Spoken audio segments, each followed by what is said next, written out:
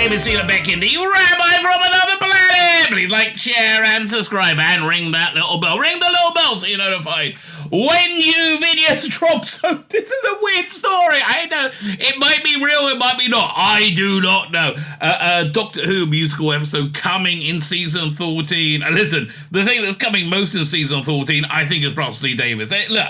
People say, he's box ticking, all this box ticking, Jinx Monsoon, I can't remember the name, Yasmin Finney, whatever the bit box ticking. I don't think that's what it is. I think he's hiring people who he wants to fuck, okay? Essentially, I think he's doing the traditional Hollywood thing of the casting couch, sort of, in a kind of less oppressive, less transaction-y, more friendly way. That seems to be the vibe I'm getting. All right, so apparently one of the rumours circulating around for the upcoming season 14 era, an era that I cannot get a beat on at all. It goes from awesome to awful, awesome to awful. I got to really see it, I guess, before I can really decide if I like it or not, really.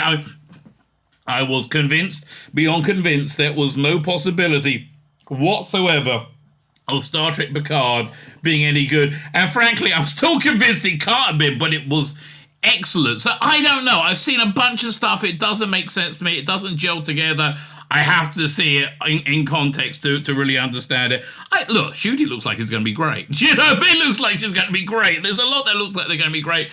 I just can't synthesize together. But a new thing that came out that makes me more confused and more unable to process this is the idea of there being a musical episode. Will there be a musical episode of Doctor Who? I don't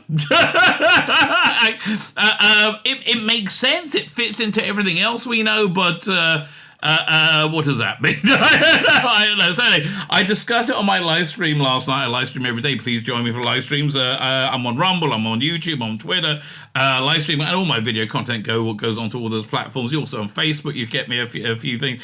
I put videos there as well. But yeah, I try and be omnipotent everywhere, all the time. That's how you find the rabbi. But anyway, I was discussing on my live stream last night, and over several bits of the stream, so I put them all together so we have one vaguely coherent video, and I say coherent, and keep in mind I'm doing it, vaguely coherent video that addresses the topic, the subject. What do you think? Well, it doesn't sound awful, doesn't sound good. I don't know. Honestly, I don't know. I like pushing boundaries. I like going somewhere new. I like interesting things. I like thinking things I haven't thought before, right? That's all the stuff I like, and Doctor Who, you always used to be good for that. Yeah, the Jodie Whittaker years were not so much, right? Unfortunately. So I don't know. The bottom line, I don't know. What do you think? Do you think it'll be good? I keep saying I don't know. That is my take on the new era. I don't know. But what do you think? A musical episode? It could work. Could be good. It all depends, right? I have to see it to work it out. I have to see it to evaluate. So yeah, that's basically where I am with it. Let me know what you think.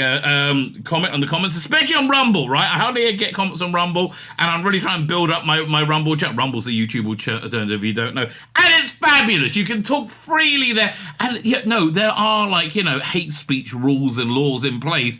It's just not crazy ones, right? Ones that involve you being hateful. That I'm all for, they're not having hate speech, but I'm also for having an open discussion, right? I feel the reason we don't have open discussion is because the people who are prohibiting it don't have any answers. Can't answer them, and they just don't want to deal, essentially. But there you go. Like, share, subscribe, comment. If you want to be a real solid, head over to Rumble and subscribe to me there. That would be fantastic. I am very, very grateful for anybody. Yeah, if you subscribe, you like, you share, thank you for doing that. Genuinely, that really, really helps me make my life better. So thank you very much. I am grateful. Well, as I said, this was on my live stream last night. So let me head over to me. Oh God, I hope I was wearing a different shirt. I can't remember.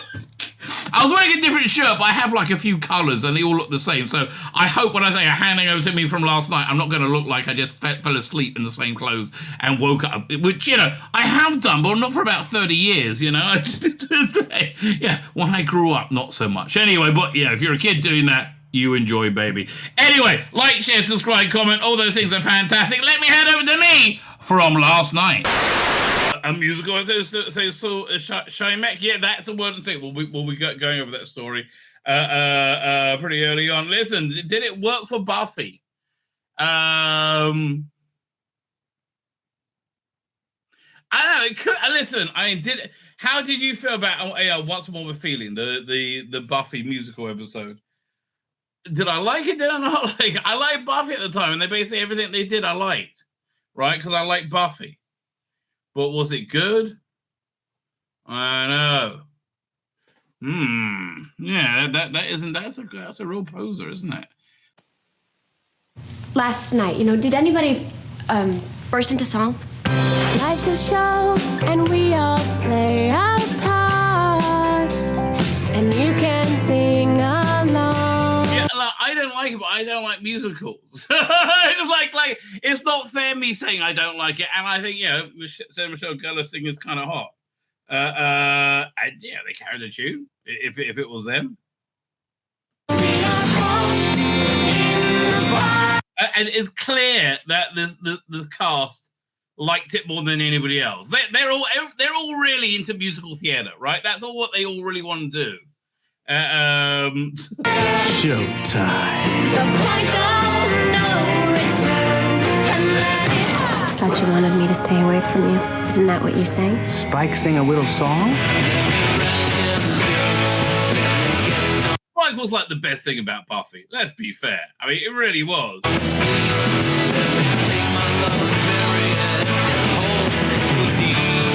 See, okay, that was disturbing.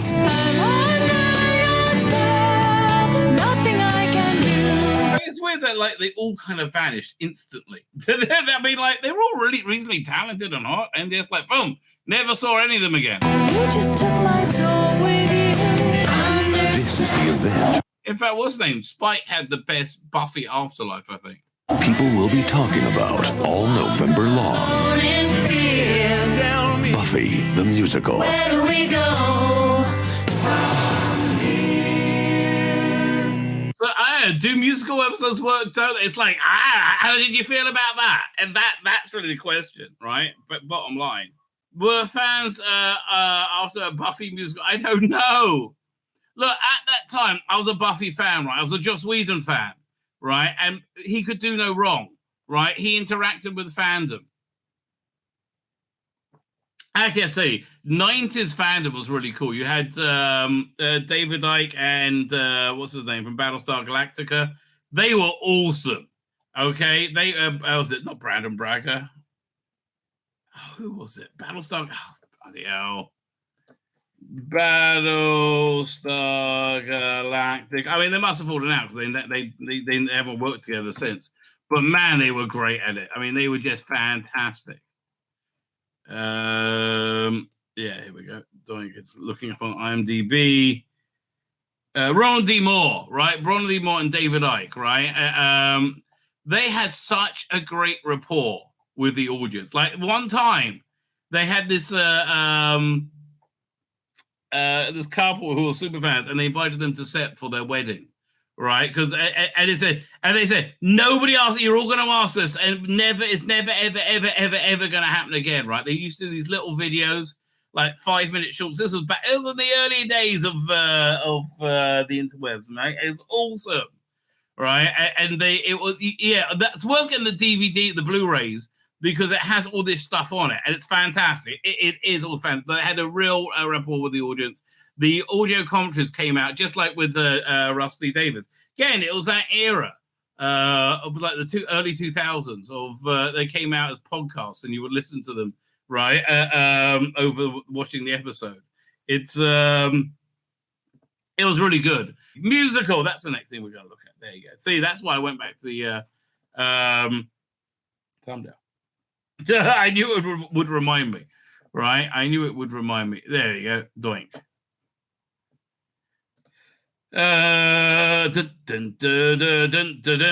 Indestructible Captain Scarlet. Captain Scarlet is indestructible. You are not. Remember this and do not try to emulate him. In the Captain Scarlet movie, Can he have some kind of robot that would like say things like in the third book? Captain Scarlet is indestructible. Yeah, thank you, Archie. Not indestructible, you are not. Remember this and do not try to emulate him. Yes. See, I'm so good at this, mate. I make these movies. Okay. World Series 14 featuring musical episode. Doctor Who is a show that experiments with various types of episodes over its almost 60 years, yet one has alluded a full-on dancing, prancing musical episode. Is the show finally about to pull the trigger on that one? I mean, listen, I think your one will be hard-pressed to say the new era doesn't look a bit camp, right? It looks a bit Butlins, to be honest with you, mate.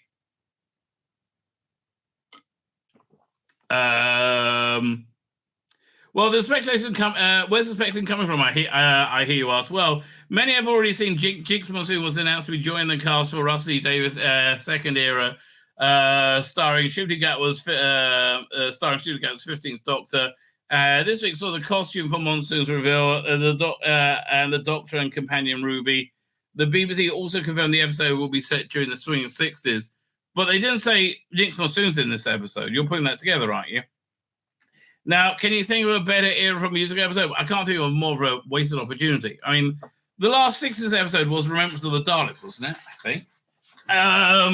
Let's have a quick think. Yeah. In season 1, you went back to the 80s. In series 2, I don't think you had anything in recent history. Series 3, you had, 100 years or so ago. Agatha Christie. That's I don't think you had a 60s episode.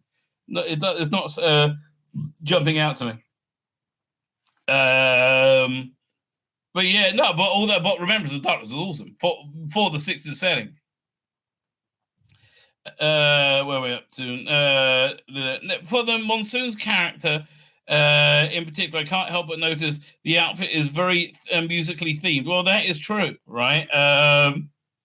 I don't know. Look, mate, I don't want to tell you, it looks shit to me. Like I think look, a lot of this looks very good. Shooty looks very good. Millie looks very good. The TARDIS sounds like it's going to look very good. Like a lot of it looks very good. Jinx Monsoon legitimately looks shit to me, right? And it's not because, oh no, he's drag. The whole drag thing is a whole other issue. I'm just saying, in addition to the drag issue, he looks a bit shit to me. With Monsoon's character in particular, I can't remember, very musically themed. In addition, Monsoon, for those unfamiliar, is an actor, singer, and stage performer who is known for having an impressive vocal range in several productions. Well, yeah, he belts it out, or she belts it out, whatever the name, whatever the pronouns are. With Monsoon's musical background, it's very likely that they'll be playing a role requiring some singing. Well, yeah, again, obviously, right? Musical episodes have become popular trope in many genre series over the years. Let's also get Rusty Davis' biggest influence of the Buffy the Vampire Slayer. What's More of a Feeling? We went over that already in the season 6 episode. Well, it was generally considered that season 6 was it season 5 when it jumped the shark, or season 4? But season 6, I think it jumped back, didn't it? I can't remember. Right, I really can't remember.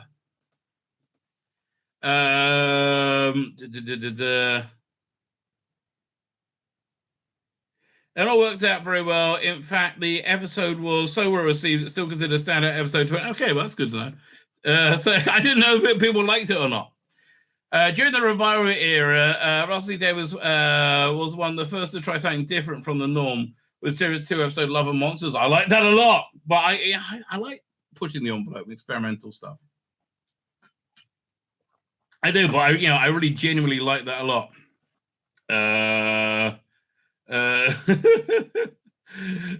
Mary Burrows, I don't know what's the connection to this. She needs to live on Woke Island. I love Musk, I love Trump, I love JFK. Oh, we're talking about Suze, obviously. Yeah, man, Suze is just not a happy person, bless her. Right, she's just not a happy person, man. I'm really glad I'm not Suze. Okay, fantastic tits notwithstanding, and they are gorgeous. Well, they are if you get them at the right light. If not, not so much. What are we up to? And some may recall the story told that from the perspective of the people inside the group were investigating the Doctor's adventures with other monsters. The episode was also the departure from the normal. Yeah, because it was a double back one. Blink, turn left, yes. Yeah, I always like restrictions on it. So yeah, will we get a musical episode? Doctor has never been afraid to try new things, and a musical episode would work. I think, oh God. Look, here's the thing. I think it needs to establish itself as being very traditionally good, right? And it seems to be, I think it's going to be good. I do. I just think it's got going to have a lot of weird casting in it. Is basically the bottom line, right? I guess we'll wait and see.